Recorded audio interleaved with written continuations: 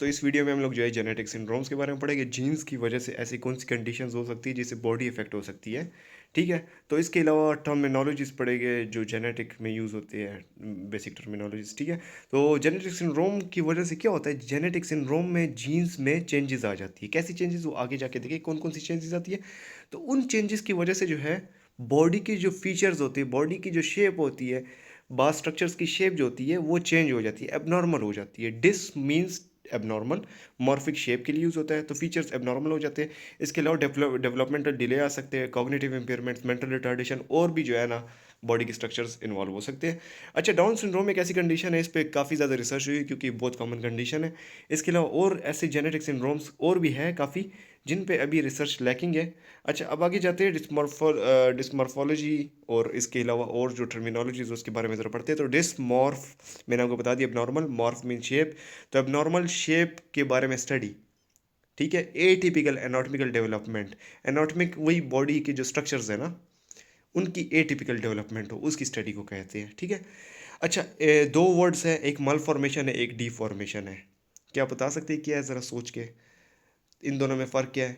Mall formation and deformation. Malformation का मतलब है कि गलत तरीके से फॉर्म करना, गलत तरीके से एक चीज़ बनना। ठीक है।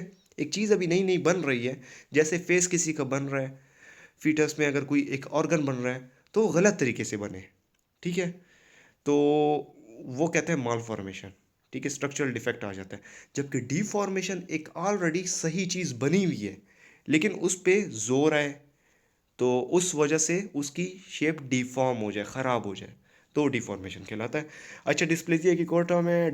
एबनॉर्मल प्लेजिया ग्रोथ जो होती है, सेल्स की जब ग्रोथ सही से नहीं होती, एबनॉर्मल तरीके से ऑर्गेनाइजेशन ऑफ सेल्स होता है, तो उस वजह से क्या होता है, डिस्प्लेजिया हो सकता है, उसे कहते हैं। अच्छा, disruption, abnormal breakdown of tissue, जिसकी वजह से एनाटॉमिकल डिफेक्ट्स आ सकते हैं।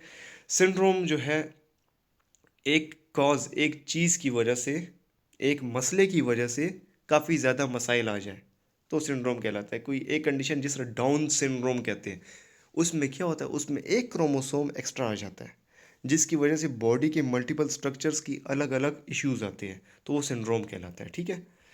तो इसके अलावा ये थोड़ी सी और टर्मिनोलॉजीज, डीएनए किसे कहते हैं? डीएनए क्रोमोसोम का एक सबसे जो बेसिक यूनिट है डीएनए।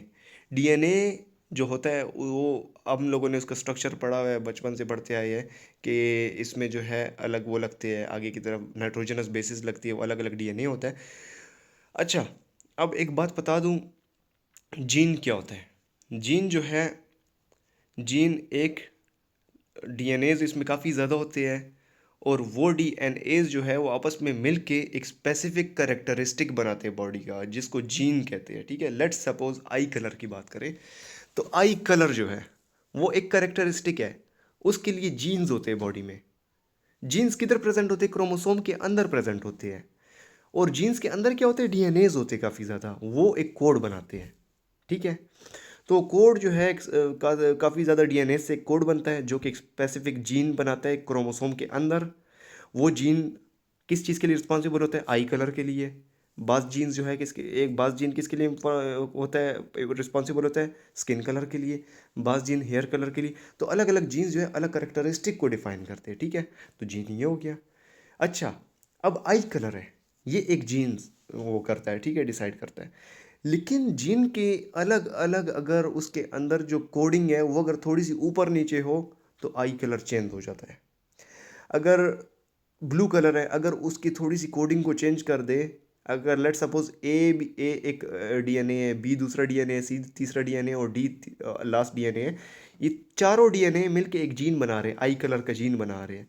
तो अगर ए बी सी डी से ब्लू कलर बनता है, तो अगर इसकी अगर हम लोग ओरिएंटेशन चेंज कर दे, अगर सी की डी से बाद लिख दे, ए बी डी सी अगर कर दे, लेट सपोज वो ऑरेंज कलर बनाता है। तो इस तरह, अच्छा ऑरेंज कलर की चॉइस होती भी नहीं है, खैर। अच्छा, तो डिफरेंट जो है ना सीक्वेंस से क्या होता है, कलर चेंज हो जाता है। तो वो जो डिफरेंट सीक्वेंस है एक जीन के लिए वो कहलाते हैं अलील। ठीक है। एलील्स। आई कलर, ब्लू का अलग अलील है, जो ब्लैक कलर की आई होती है उसका अलग अलील होगा।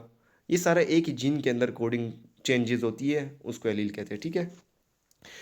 लोकस क्या है? एक जीन्स में जीन्स की लोकेशन एक क्रोमोसोम में, क्रोमोसोम का तो आपको पता है ना, क्रोमोसोम की ये शक्ल है, ये देखे, ये क्रोमोसोम है, इसके अंदर एक थोड़ी सी जगह पे एक जीन होगा, दूसरी जगह पे दूसरा जीन होगा, हर एक का अपना फंक्शन होगा, ठीक है।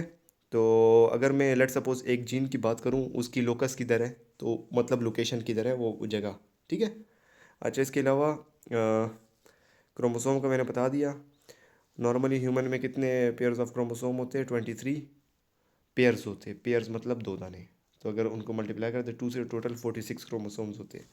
ये जो है, ये क्रोमोसोम जो है ये पेयर है में, इसको अगर दरमियान से आधा कर दे तो ये एक क्रोमोसोम हो गया, ये दूसरा क्रोमोसोम हो गया, ठीक है। तो ये पेयर्स में प्रेजेंट होते हैं। साइटोजेनेटिक्स किसे कहते हैं? क्रोमोसोम्स की स्टडी को, ठीक है, स्टडी ऑफ क्रोमोसोम्स। अच्छा, अब एक तीन टर्मिनोलॉजीज, कैरियोटाइप्स, जीनोटाइप एंड फिनोटाइप। इसमें क्या फ़र्क है? कैरियोटाइप जो है, ये जो टोटल क्रोमोसोम्स होते हैं और इसमें कितने एक्स क्रोमोसोम कितने वाई क्रोमोसोम है, इसको कैरियोटाइप कहते हैं, ठीक है। टोटल नंबर ऑफ क्रोमोसोम्स एक ह्यूमन के कितने होते हैं? 46, जिसमें अगर मेल है तो एक्स वाई होता है, अगर फीमेल है तो एक्स एक्स होता है, ठीक है। तो 46 और साथ एक्स एक्स लिख देते हैं, एक्स वाई लिख देते हैं। तो ये कैरियोटाइप हो गया। अब जीनोटाइप क्या चीज़ है? जीनोटाइप एक एलील को कहते हैं, ठीक है, एक स्पेसिफिक कलर के लिए। जैसे एक फ्लावर का कलर हमने बायोलॉजी में पढ़ते आए हैं कि वो एक्सपेरिमेंट्स किए थे वाइट और पिंक कलर के फ्लावर को, उनके अलग अलग जीन्स से, अगर ये वाला जीन में अगर ये वाला एक्स की जगह वाई लग जाए तो इस कलर का होता है, अगर वाई की जगह ये लग जाए तो इस कलर का होता है। तो अलग अलग जीनोटाइप्स से, पिंक का अलग जीनोटाइप था, वाइट का अलग जीनोटाइप था, ठीक है। इसको जीनोटाइप कहते हैं। फिनोटाइप क्या होता है? वही चेंजेस की वजह से, ठीक है, एक्स की जगह वाई लग जाए तो पिंक कलर हो जाए लेट सपोज, तो वो पिंक कलर जो है करेक्टरिस्टिक, उसकी वजह से, उस जीनोटाइप की वजह से जो करेक्टरिस्टिक आ रहा है, उसे क्या कहते हैं? अपीयरेंस जो आ रही है उसे फिनोटाइप कहते हैं। सही हो गया, बहुत सिंपल, मैंने अपनी तरफ से कर दी है। अच्छा, होमोजाइगस और हेट्रोजाइगस, सेम अलील, मतलब दोनों पेयर्स जो है, इधर भी एक जैसा अलील हो, इधर भी एक जैसा अलील हो, दोनों साइड पे एक जैसा अलील हो। लेकिन इधर अगर डिफरेंट अलील हो, इधर डिफरेंट अलील हो, तो अलील और खलील हो तो वो जो है फिनोटाइप कहलाता है ना, सॉरी, हेट्रोजाइगस कहलाता है, सही है। जिस तरह एक्स वाई क्रोमोसोम हो गया, वाई वाई हो गया, सॉरी वाई वाई तो नहीं होता, एक्स वाई एक्स एक्स। अच्छा, अब ये देखिए फिनोटाइप और जीनोटाइप के बारे में बताया हुआ है। जब बी होता है, दोनों कैपिटल बी होते हैं, तो पिंक कलर का होता है। अगर दोनों स्मॉल बी होते हैं तो वाइट कलर का होता है। तो ये जो बी है, ये क्या है? जीनोटाइप है, ये जीनोटाइप है। और ये कलर जो है ये फिनोटाइप है, ठीक है। तो ये हो गया। अच्छा, म्यूटेशन किसे कहते हैं? म्यूटेशन जेनेटिक स्ट्रक्चर में चेंज आ जाए, डीएनए की सीक्वेंस में चेंजेस आ जाए, ठीक है। तो इसकी वजह से क्या हो सकता है? जीन जेनेटिक वेरिएशन भी आ सकती है और डिसऑर्डर भी आ सकता है, ठीक है। इसकी कॉजेज़ क्या हो सकती है? म्यूटेशन की वजह, ज़्यादातर कैंसर इससे बहुत ज़्यादा कॉज होता है, ठीक है। तो क्या कॉजेज़ हो सकती है? सबसे पहले तो नेचुरली हो सकता है। इसके अलावा रेडिएशंस काज कर सकती है, वायरसेस काज कर सकती है, बास केमिकल्स है जैसे कार्सिनोजेंस हो गए, स्मोक हो, पार्टिकल्स हो गए, तो ये भी क्या काज कर सकते हैं? म्यूटेशन काज कर सकते हैं, सही है। तो म्यूटेशन का रेट किस चीज़ पे वेरी करता है? साइज ऑफ जीन पे, साथ ही साथ मदर और फादर की एज पे। इसीलिए जब मदर की एज ज़्यादा हो और तब उसको प्रेगनेंसी हो, तो उसमें ज़्यादा चांसेस होते हैं म्यूटेशन के, और एबनॉर्मल कोई करेक्टरिस्टिक के फीटस में हो सकता है, ठीक है।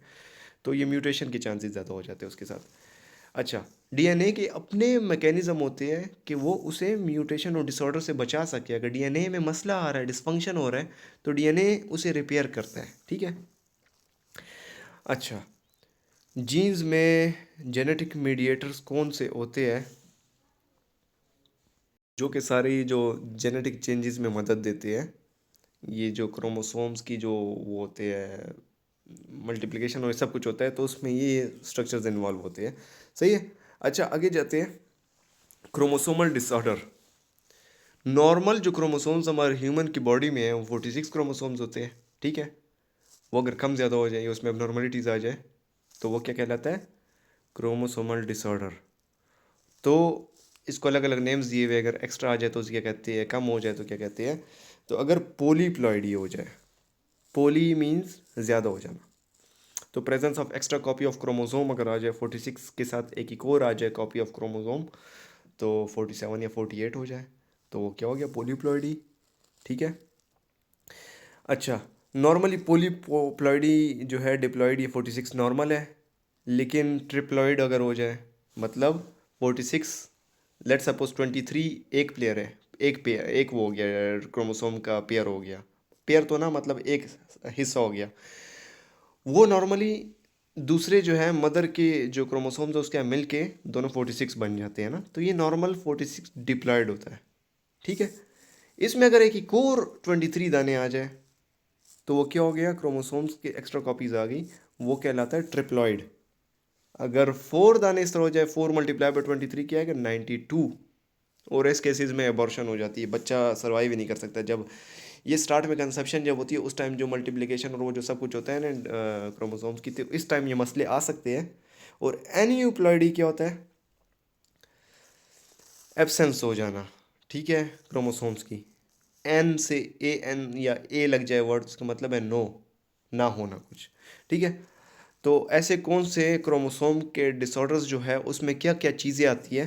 सबसे पहले क्रोमोसोम्स में डिलीशन हो सकती है जीन्स की, इन्वर्जन हो सकती है जीन्स की, ट्रांसलोकेशन हो सकती है जीन्स की, डुप्लीकेशन हो सकती है जीन्स की। नेम से देख के जो है ना अंदाज़ा हो जाता है। तो एक एक देखते हैं। अब ये पिक्चर दी हुई है डिलीशन, ये एक स्पेसिफिक जगह जो है जीन्स, ये डिलीट हो जाते हैं, गायब हो जाती है। तो ये गायब हो किस तरह हो जाएगा, तो इस केस में एक डिसऑर्डर आ सकता है। ठीक है। अगर डुप्लीकेशन हो जाए, इधर ये एक जीन बना हुआ है तो ये इधर एक्स्ट्रा आगे एक और इसकी कॉपी आ जाए, डुप्लीकेशन हो गया। अच्छा, इन्वर्जन हो जाए, मतलब उल्टा ये DEF है, ये FED बन के लग जाए।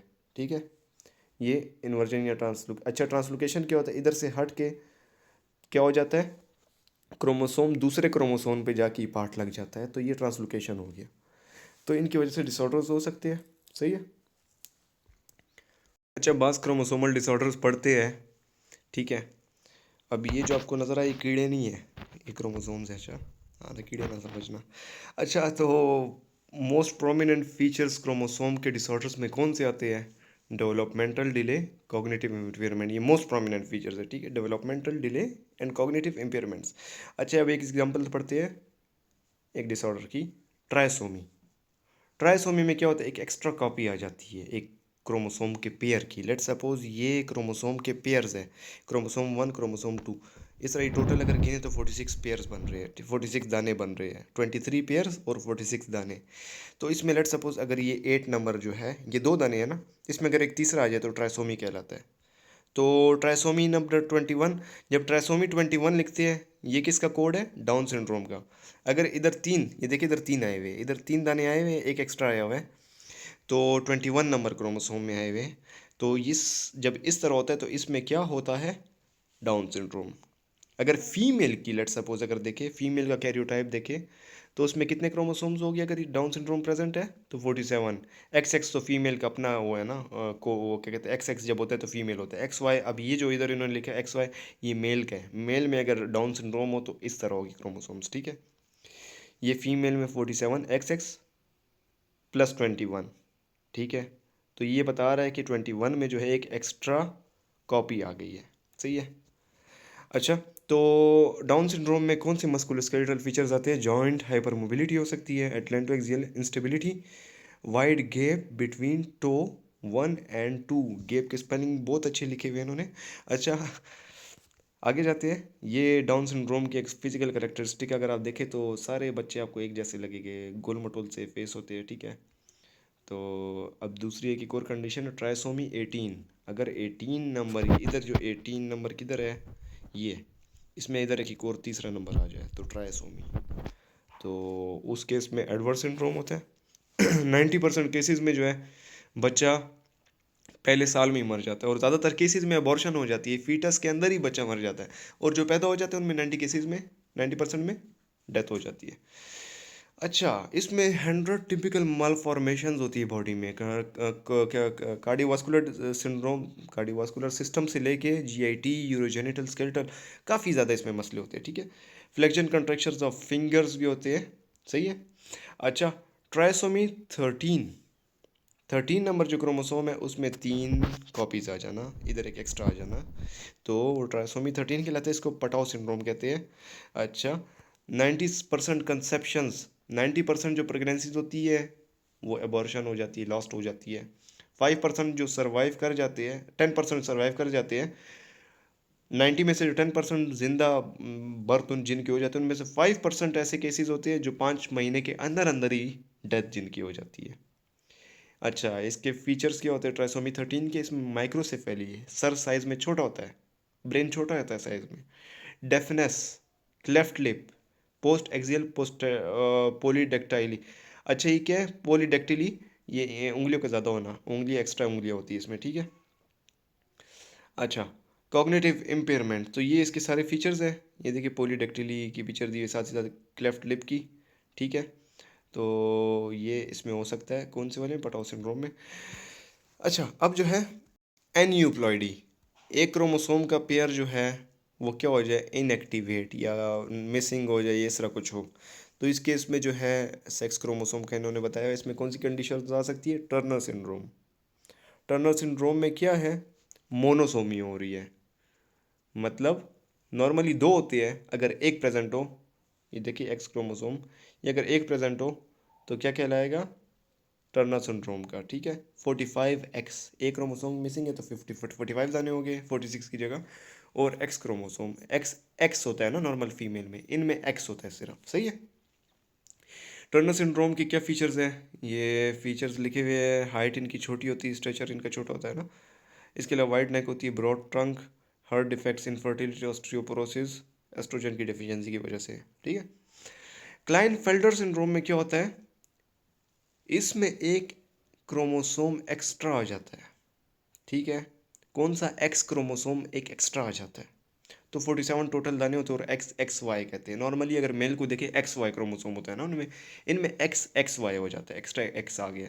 तो इनके फीचर्स देख ले आप। अच्छा, अब क्रोमोसोम डिलीशन, क्रोमोसोम अगर डिलीट हो जाए, ठीक है, तो जो हमने पीछे पिक्चर देखी थी उसमें थोड़ा सा पार्ट डिलीट हो गया था। तो क्रोमोसोम का आपको पता है, अब ये अगर आप देखें 5P इन्होंने लिखा है, मतलब क्रोमोसोम नंबर 5 में पी वाला रीजन जो है वो डिलीट हो गया, हट गया, ठीक है। बाकी नॉर्मल क्रोमोसोम्स के नंबर नॉर्मल है, एक्स एक्स मतलब फीमेल है ये। क्राइडोकैट, क्राइडोकैट इसमें ये इसको नाम क्यों दिया गया है, इसमें जिन लड़कियों को हो जाए तो वो लड़की जो है जब रोती है तो उसकी आवाज़ बिल्ली की तरह होती है, सही है। तो इस वजह से इसको क्राइडोकैट कहते हैं, ठीक है। तो कैट लाइक राय, लो बर्थ वेट, हाइपोटोनिया, ये सारे कंडीशंस लिखे हुए हैं इसमें, सही है। तो ये पिक्चर दी हुई है इस लड़की की, लग रही भी बिल्ली की तरह थोड़ी बहुत। अच्छा, अब क्रोमोसोम डिलीशन के और कौन से वो है डिसऑर्डर्स है, सिंड्रोम्स है। सिंड्रोम्स कहेंगे क्योंकि क्रोमोसोम के एक मसला आ रहा है जिसकी वजह काफ़ी ज़्यादा फीचर्स हो रहे हैं। तो सबसे पहले वुल्फ हर्शम सिंड्रोम में क्या होता है, 4 नंबर क्रोमोसोम में पी वाला एरिया से डिलीशन हो जाती है और एक्स एक्स मतलब फीमेल्स का ये बताया, फीमेल में ये है, ठीक है, एग्जांपल दी हुई है इन्होंने। अच्छा, इसके फीचर्स आप देख ले क्या कौन से फीचर्स हैं। प्रेडर विलाय में कौन सा होता है, 15 नंबर क्रोमोसोम में क्यू वाली रीजन हो जाती है, पैटर्नल ट्रांसमिशन फादर के थ्रू ट्रांसमिट किया जाता है, ये वाला सही हो गया। अच्छा, ये इसमें कौन से मसले हो सकते हैं।